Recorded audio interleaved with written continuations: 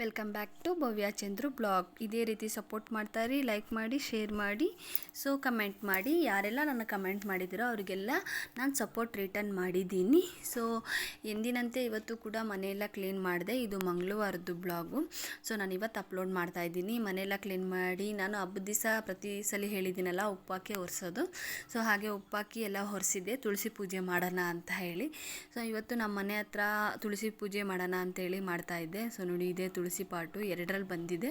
So ಒಂದು ಅಲ್ಲೇ ಇಡ್ತೀನಿ, ಒಂದನ್ನು ಎತ್ತಿ ಪೂಜೆ ಮಾಡ್ತೀನಿ. ಇದೆಲ್ಲ ನಾನು ಪುಟ್ಟದಾಗಿ ಮನೆ ಹತ್ರ ಹಾಕ್ಕೊಂಡಿದ್ದೀನಿ. ಶೋ ಗಿಡಗಳು, ಫ್ಲವರ್ ಬರೋದು, ಆ ಥರ ಎಲ್ಲ ಗಿಡಗಳನ್ನ ಪುಟ್ಟದಾಗಿ ಹಾಕ್ಕೊಂಡಿದ್ದೀನಿ ನಾನು.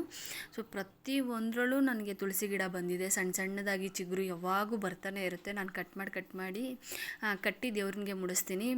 ತುಂಬ ಪ್ರತಿಯೊಂದು ಪಾಟಲ್ಲೂ ಚಿಗುರಿ ಬರ್ತಾನೆ ಇರುತ್ತೆ. ಸ್ವಲ್ಪ ದಿನ ಬಿಡ್ತೀನಿ, ಅದೊಂದು ಸ್ವಲ್ಪ ಹೈಟ್ ಆಗಿದ ತಕ್ಷಣ ಸೊ ಕಿತ್ಬಿಟ್ಟು ನಾನು ಕಟ್ಟಿಬಿಟ್ಟು ದೇವರಿಗೆ ಮುಡಿಸ್ಬಿಡ್ತೀನಿ. ಯಾವಾಗೂ ವೇಸ್ಟ್ ಮಾಡಲ್ಲ ನಾನು.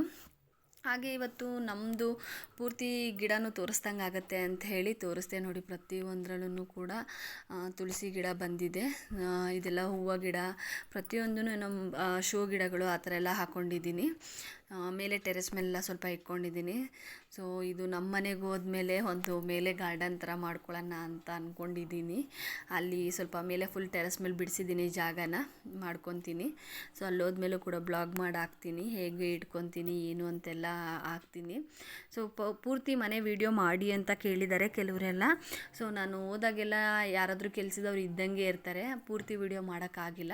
ಸೊ ಖಂಡಿತವಾಗ್ಲೂ ನಾನು ನೆಕ್ಸ್ಟ್ ಟೈಮ್ ಅದನ್ನು ಪೂರ್ತಿ ವೀಡಿಯೋ ಮಾಡಿ ನಿಮಗೆ ಕಂಪ್ಲೀಟ್ ಏನು ವರ್ಕ್ ಆಗಿದೆಯಲ್ಲ ಅದನ್ನು ಪೂರ್ತಿ ವೀಡಿಯೋ ಮಾಡಿ ಹಾಕ್ತೀನಿ.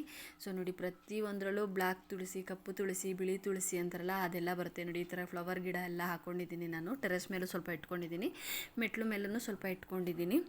ಸೊ ಹಾಗೆ ಇವತ್ತು ಮಂಗಳವಾರ ಆಗಿರೋದ್ರಿಂದ ನಮ್ಮೂರಲ್ಲಿ ಸಂತೆ ಅಂತ ನಡೆಯುತ್ತೆ. ಸೊ ಸಂತೆಗೂ ಹೋಗಿ ಸಂತೆ ಎಲ್ಲ ಮಾಡ್ಕೊಂಡು ಬಂದು ಸದ್ಯ ಈವ್ನಿಂಗ್ ಪೂಜೆ ಮಾಡೋದಿರುತ್ತಲ್ಲ, ಹಾಗಾಗಿ ಮಾರ್ನಿಂಗ್ ಏನಿದೆಯಲ್ಲ ಅದೆಲ್ಲ ಕೆಲಸ ಮುಗಿಸಿ ನಾನು ಸಂತೆಯಿಂದ ಬಂದು ದೇವ್ರನ್ನ ರೆಡಿ ಮಾಡೋಕ್ಕೆ ಸ್ಟಾರ್ಟ್ ಮಾಡ್ತೀನಿ. ಸೊ ಇದು ನಾನು ದೇವ್ರನ್ನ ಹಿಟ್ಟು ರೆಡಿ ಮಾಡೋದು. ಸೊ ಎಲ್ಲ ರೆಡಿ ಎಲ್ಲ ಮಾಡಿ ಪ್ರತಿಯೊಂದನ್ನು ಎಲ್ಲ ಏನೇನು ಬೇಕೋ ಎಲ್ಲ ಇಟ್ಟು, ಸೊ ಇದನ್ನು ಯಾವಾಗೂ ಹೊರಗೆ ಮಾಡ್ತೀನಿ ನಾನು, ಒಳಗಡೆ ಏನು ಮಾಡಲ್ಲ. ಸೊ ಇದು ಹೇಗಿದೆ ಅಂತ ಕಮೆಂಟ್ ಮಾಡಿ ತಿಳಿಸಿ, ಯಾವ ಥರ ಮಾಡ್ತೀನಿ ಅಂತ. ಇದು ಬ್ಲಾಗ್ಗೋಸ್ಕರ ಏನು ಮಾಡ್ತಾಯಿಲ್ಲ, ನಾನು ಪ್ರತಿ ವರ್ಷವೂ ತುಳಸಿ ಪೂಜೆ ಮಾಡ್ತಾಯಿರ್ತೀನಿ. ನನ್ನ ದೇವ್ರ ಪೂಜೆಗಳೆಲ್ಲ ಭಾಳ ಇಂಟ್ರೆಸ್ಟ್ ನಂಗೆ ತುಂಬ. ಹಾಗಾಗಿ ನನಗೆ ಪೂಜೆಗಳಲ್ಲಿ ತುಂಬ ಇಷ್ಟ ಆಗುತ್ತೆ. ಹಾಗಾಗಿ ನಾನು ಪ್ರತಿ ಪೂಜೆನೂ ನಾನು ನೇಮ ನಿಷ್ಠೆಯಿಂದ ಮಾಡ್ತೀನಿ, ತುಂಬ ಇಷ್ಟಪಟ್ಟು ಮಾಡ್ತೀನಿ. ಸೊ ಇದು ನಮ್ಮದು ದೇವ್ರ ಮನೆ. ದೇವ್ರ ಮನೇಲಿ ನಾನೇನು ಬೆಳ್ಳಿ ಸಾಮಾನೇನು ಇಡೋಕ್ಕೆ ಹೋಗಿಲ್ಲ. ಸೊ ಇಷ್ಟೇ. ಆಮೇಲೆ ನಾನು ಆರತಿ ಮಾಡ್ತೀನಿ. ಇದು ಕಾಯಿ ಬರುತ್ತಲ್ಲ, ಆ ಕಾಯಿಯಲ್ಲಿ ಆರತಿ ಮಾಡಬೇಕು 5 ಅಂತೇಳಿ ಪ್ರತಿ ವರ್ಷವೂ 5 ಕಾಯಲ್ಲಿ ಆರತಿ ಮಾಡ್ತೀನಿ.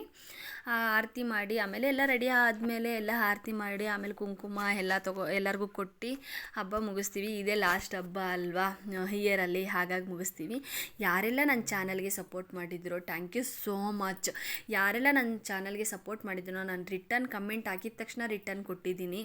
So thank you so much. Full blog ನೋಡಿದ್ದಕ್ಕೆ ಇದೇ ರೀತಿ ಸಪೋರ್ಟ್ ಮಾಡ್ತಾಯಿರಿ. Thank you so much.